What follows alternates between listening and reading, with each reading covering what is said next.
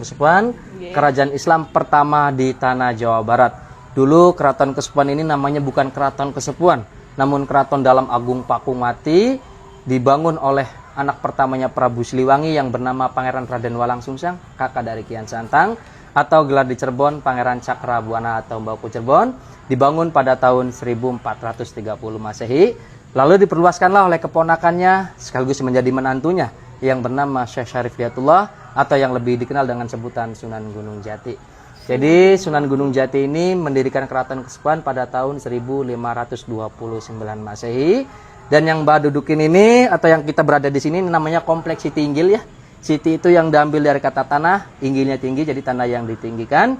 Jadi di Siti Inggil ini ada 5 bangunan tanpa dinding yang dinamakan mande. Mande itu artinya bangunan tanpa dinding atau balai tanpa dinding. Paling pojok sebelah sana Mas, itu ada pendopo namanya Semartinandu. Dulu difungsikan tempat duduknya penasehat atau penghulunya sultan, kaum dan jaksa masjid.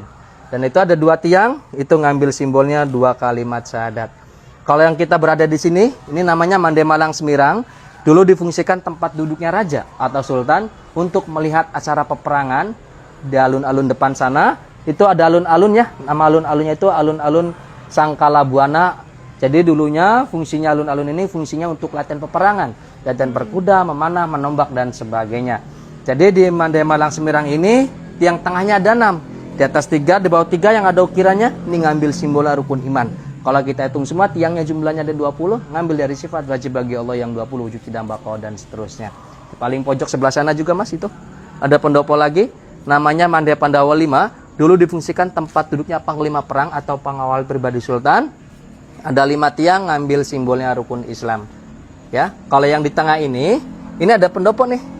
Di belakang pohon ini ya. Itu ada pendopo namanya Mande Pengiring atau tempat duduknya para keluarga atau pengiring raja.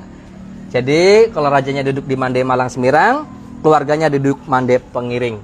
Jadi, kesimpulannya di 5 bangunan ini yang masih aktif sampai sekarang itu Mbak Rizka ya. Itu di sebelah sana itu ada pendopo namanya Mande Keresmen. Tempat dibunyikan gamelan sekaten peninggalan dari Demak Sunan Gunung Jati. Dibunyikan setahun 2 kali Idul Fitri sama Idul Adha. Dulu zamannya Sunan Gunung Jati, apabila kita ingin melihat gamelan tersebut, kita itu harus membayar. Namun membayarnya ini tidak menggunakan uang ataupun beras. Cukup membacakan 2 kalimat syahadat seperti itu.